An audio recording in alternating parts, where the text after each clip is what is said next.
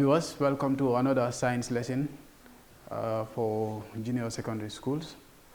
Now, it's a continuation from the previous lesson where we were talking about mixtures and of course separation techniques for different mixtures. So today we are continuing from where we stopped. You remember we first did separating funnel, where we separated water from vegetable oil, and we moved on to doing what is called evaporation, where we recovered salt, crystals of salt that were dissolved in water. Now today we are looking at filtration. Now what is filtration? For example, you collect, let's say, muddy water. You go to a swampy area or even on the roads and you collect some dirty water that has some solid particles in it. Depending on whatever that you want to use the water for, you feel like you need to remove those solid particles that are not dissolved in the water. How do you go about removing those solid particles that are not dissolved in water? That process is what is called filtration. So by definition, we say this is the method used when one element of the mixture is insoluble in water. Example, sand and water. Some people even use it to purify water. Yes. So for example, people that live in, let's say, that collect their waters from, let's say, rivers or swamps, or other sources of water, sometimes you realize that the water really has some particles or some solid particles that are not dissolved in the water itself. And before they consume it, obviously they will have to purify the water. And as a process of purifying, they use what is called filtration. It's a simple process that only removes solid particles and also could trap some germs, but not 100% method for purification. Yes. Okay. So what we will be needing is a filter paper.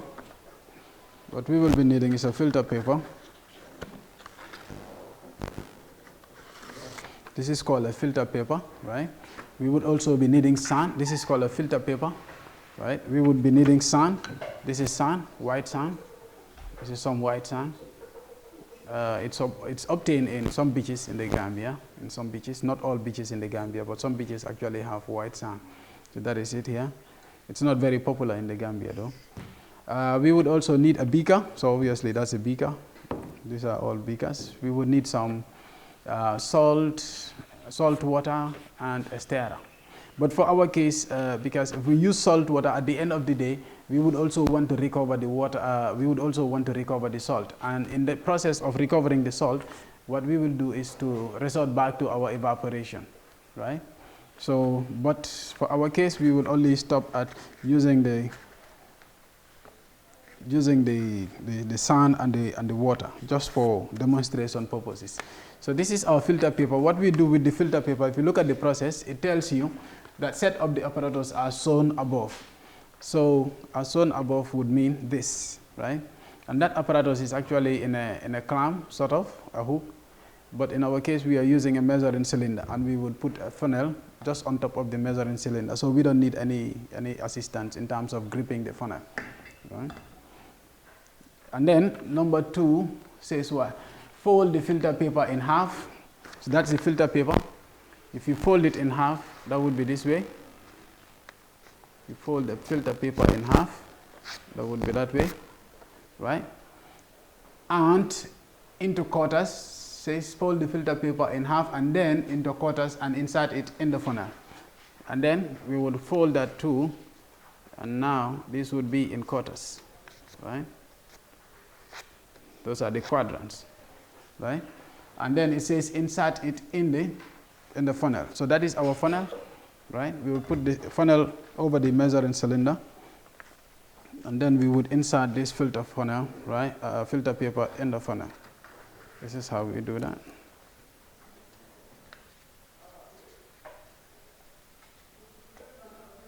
Okay, that's how we do it, right? And now we can create a mixture, because it says make a mixture of sand, salt, and water. So we will eliminate the salt there, because if you remember in our previous lesson, what we did was to recover the salt from the water solution. right? Sorry, from the salt solution. So in our case, this time around, what we will do is we will only introduce the sand into the water, and then we will filter that out, right? So that's a simple process. So now we will create what is called a mixture. So this is a mixture. We will try to stir this and see whether it will dissolve. If it dissolves entirely, then we will not be able to recover it. But you can see that the sand is not dissolvable in the water. We would try and stir this until tomorrow, but it will never dissolve because sand doesn't dissolve in water, right? So to purify the water, or to recover the pure form of the water without any salt, without any sand in it, what we will do is to filter it out. So we are going to introduce this solution into the filter paper or into the funnel, and then we watch what happens.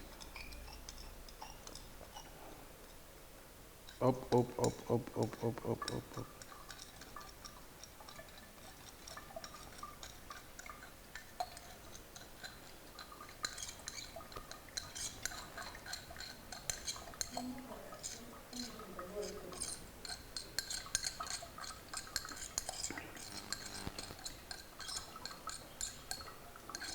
So we will give it some time and see what happens.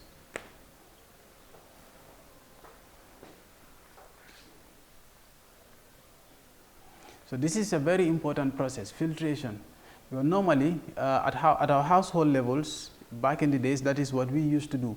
We would normally see our mothers and sisters, normally when they fetch water from, let's say, wells or other sources of water, when they come, before they introduce the water into our jars, what they do is they will take their wrappers or scarves or something, and then light a thin some cloth or fabric, and they will cover the mouth of the jar, and then they would pour in the water. Right? They will introduce the water into the jar, and every solid particle that was every solid particle that was in the water would be trapped by that fabric or material, and then the water would be safe for consumption. That is what we used to see our parents do back in the days. Right? So this is exactly what we have done. So now you see that the water is clear of the sand that was initially introduced in it. So this is only water in it, right? So if you want this water to be 100% clean for drinking, then you will have to do some other processes that will help you to actually purify the water, right? That may include distillation or some form of introducing chemicals or something else, right? But for filtration, this would be what we were looking for, because what we wanted to do was just to recover the water, only the water, not the sand that was introduced in the water, right? So it says, note, sand is insoluble in water while salt is soluble in water, right? This was just to explain the process, right? It was saying filter the mixture through the paper in the funnel into a second beaker. Now use evaporation techniques to separate the remaining salt solution into its components. So assuming there was salt in the original mixture that we created, which we could have done, but because we have covered that in the previous lesson, so we don't want to bother you with that. Right? So this is what we were going to take, and of course introduce that in a beaker. We're going to introduce that in a beaker, in a clean beaker, different from this, and then we will heat it up with our Bunsen burner again, and then we will be able to recover the salt that was initially introduced in this, right? Okay, so that is it about filtration. Now it says, what is the name of the substance left in the funnel after filtration? Now if you look in the funnel properly, you realize that there is a substance that is left in the funnel. You see the substance? This is what is left in the funnel. And that is what the question is asking you for. What is that substance called? What is the name of that substance that was left in the funnel? Right? Okay. So the substance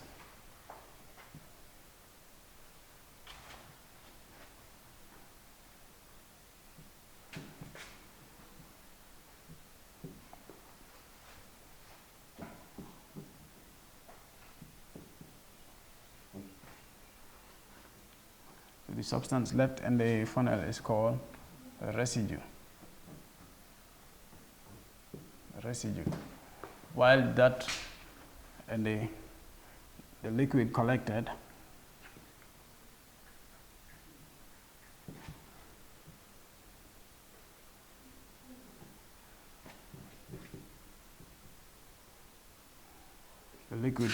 is called the filtrate.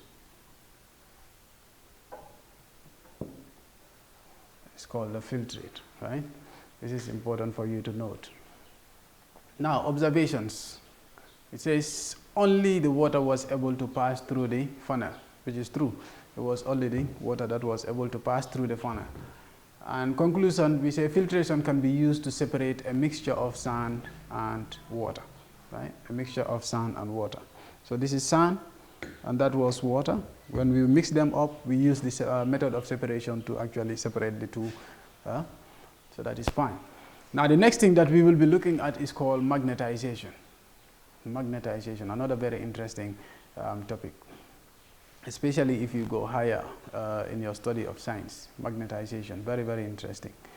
But in our case, what we will be looking at is to use the magnetic field effects to actually do the separation, the force of magnets to do the actual separation.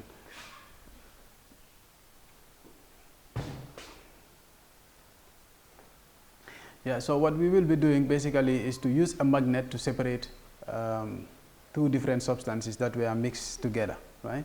For example, if I have a mixture of iron filings with, let's say, sand, we would use the same sand that we initially, yes, we can use this sand, we can mix this sand with iron filings, and then we later can extract the iron filing from this sand.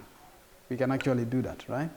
And that is exactly what we are coming to do. So this method is used when one element of a mixture can be extracted by a magnet. Example, iron filing and sawdust. So if you don't have sawdust, we can actually use sand, and that is why we are using sand. So you can use sawdust, you can use sand, you can use any other non-ferromagnetic materials that are not attracted by a magnet, right? And then you mix them up with ferromagnetic materials, and then you try to separate them using a magnet, right? Okay, so it says you will need iron filings, sulfur, sawdust, and a bar magnet, right? So this is a bar magnet, this is a horse. That is a horseshoe bar magnet, that is what we have. This is our magnet. This is what we are going to use to do the actual separation, right? This is a magnet. Can you see that? That's a magnet, right? And this is our sand instead of sawdust. We don't have sawdust, so we are going to use sand, right? Okay. This is our iron filings. So what we will do is we will put the iron filings in, let's say, in one beaker. In one disc, it's a petri disk, and this is sand in a horseshoe bar magnet. This is what we are going to use to do the actual separation, to separate them. This is iron filings, this is sand. So we are going to introduce the iron filings in the sand, and we are going to mix them up, right?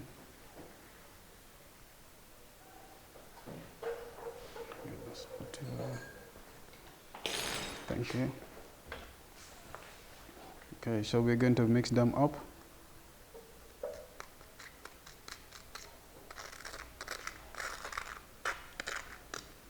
So you see, that is a mixture of sand and iron filings. Now what we will do is to take our bar magnet and try to separate the iron filings. We try to separate the iron filings. We are going to pick it from this mixture here, right? So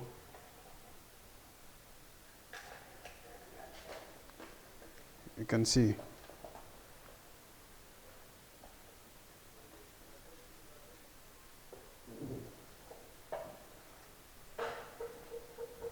look at this action here. Can you see that? Maybe I should take it again.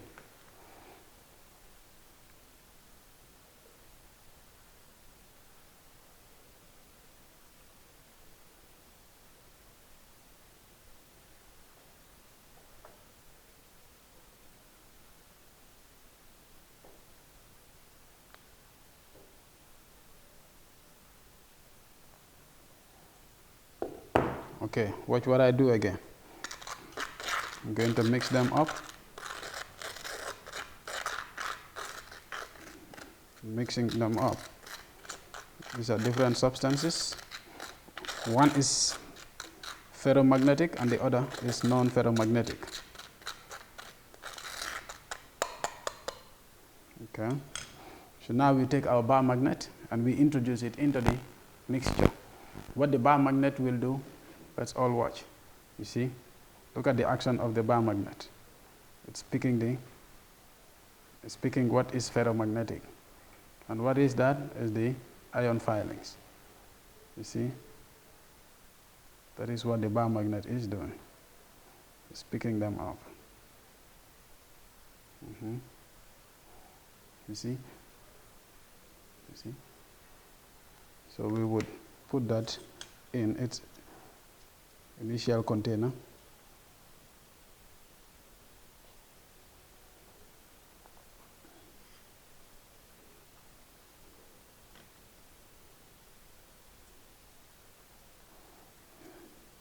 And again, we just want to make sure that we remove all the ion filings in this mixture here, so that the sand would be as pure as when it was initially without the ion filings.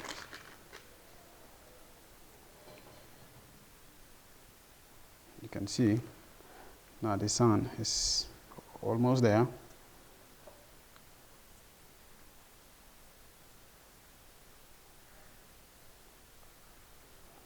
Okay, one more.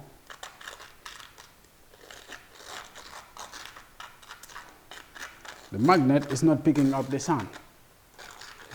Why? Because the sand is not magnetic. It's non-ferromagnetic, right? But the ion filings, of course, is ferromagnetic. Now you can see that only the sand was left in this other disk. So using this method, you can actually separate a mixture of ion filings and sand, or a mixture of ion filings and sawdust. This is the ion filings. You see them clinging on the bar magnet, right? That is another method of separating mixtures, right? So we go to the next one. The next one is called hand picking. This is also another simple method. When you have a substance, you have different substances that are physically mixed together that can easily be removed. Even by looking, you know that they are different substances, so you can easily hand pick and remove one substance from the other. That is what is called hand picking. So it says we use this method when the elements in a mixture have different colors and sizes, etc. Rice and stone, for example, rice and stone, rice and groundnut, etc. You know, so we can do that too. Okay, so what we are coming to do is called hand picking. So if you have a mixture of two different substances that of course are different in terms of color and size, and you can easily hand pick one component from the mixture. Obviously, that way you can actually separate them. So let's say this is salt. I'm going to create a mixture, a quick one, and this is basalt, or let's say basalt, right? That's basalt. So I'll just take a portion of it and introduce it in the salt, and obviously that's a mixture. That's a mixture, right? So we can easily remove this because they are different. You can easily remove the basalt and only the salt will be left behind, right? You can easily do that. Okay. Moment.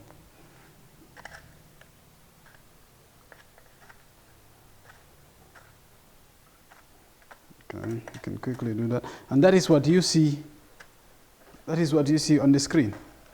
You see these people are picking separating actually one substance from this mixture. Right. And I'm also doing the same thing. I'm separating basalt from separating basalt and salt. Almost done.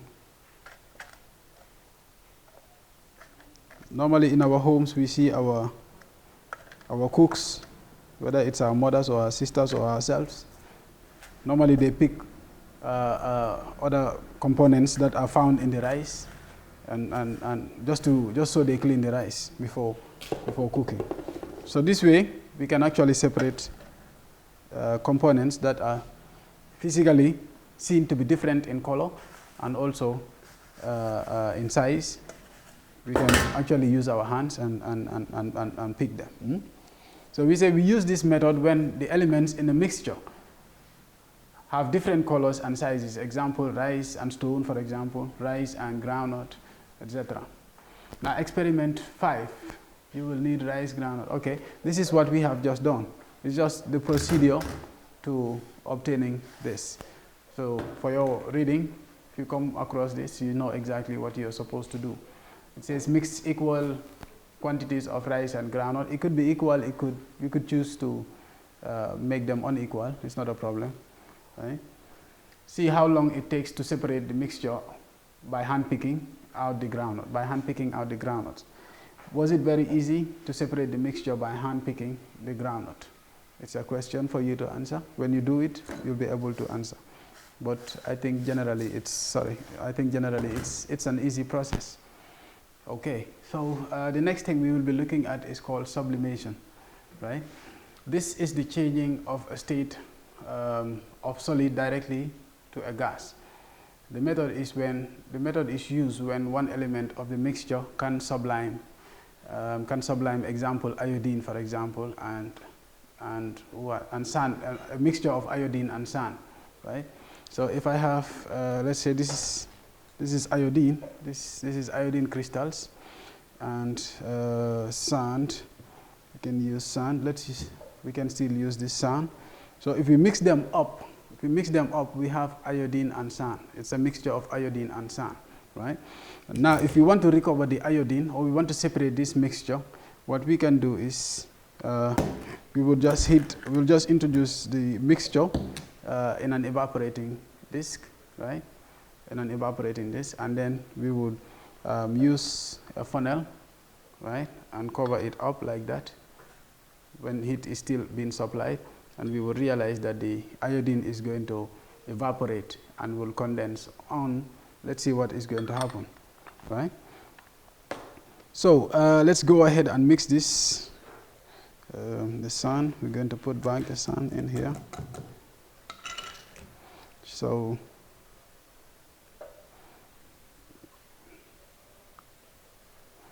okay, there is some sand.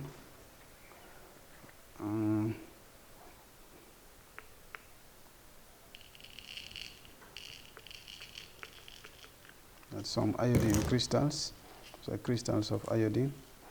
We're going to introduce that up here, just a little bit.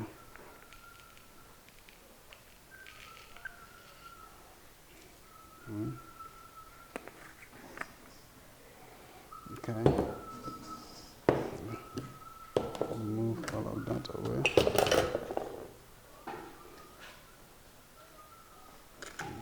Mix that up. And we're going to introduce that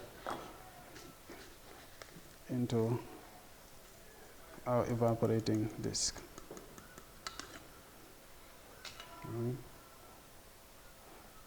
And this is what we are going to heat up, and we would cover it with this, and we watch what happens. In the slides, what we have is, we see that this is a diagram. That's a tripod stand, and that's the Bunsen burner, obviously. We have an evaporating disc. This is an evaporating funnel, right? So we have a mixture of iodine and sand, just like we did on there. We have a mixture of iodine and sand, and that's the Bunsen burner tripod stand as explained. This is a wire gauge. I did not.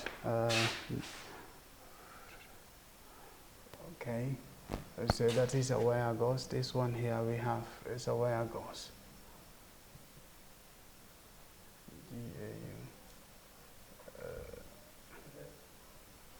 That's a wire gauze, right? That's what we have here. It's the wire gauze. So let's give it some time. This, as you can see, was evaporating, and then it's been collected by the evaporating funnel, right? Okay. So let's see what happens. It's been heated. You can see, you can observe. What can you observe? I think I can observe some color change. There is some color change happening there.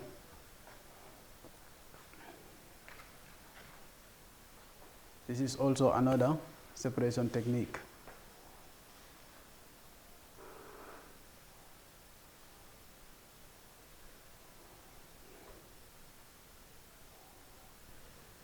Yeah. The substance here, which is the iodine crystals, is actually subliming.